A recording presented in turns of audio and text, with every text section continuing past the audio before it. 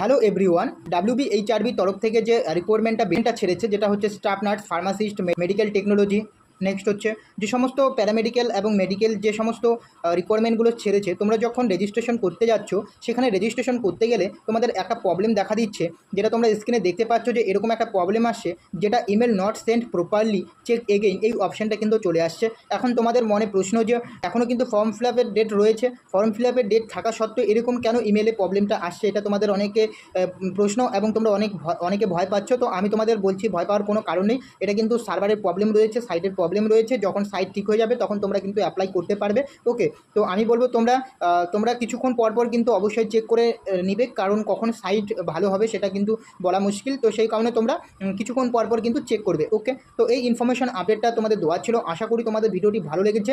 ওকে, এবং তোমাদের আর একটা কথা বলে রাখি, আমার যে পুরনো চ্যানেল, যেটা ডাব্লিউবি ফার্মা গাইড যে চ্যানেলটা ছিল, সেটা কিন্তু ইউটিউব থেকে পার্মানেন্টলি রিমুভ করে দিয়েছে। সেই কারণে এটা আমার নিউ চ্যানেল, তোমরা অবশ্যই এই চ্যানেলটিকে সাপোর্ট করবে, সাবস্ক্রাইব করে রাখবে। ওকে, দেখা হচ্ছে পরে ভিডিওতে।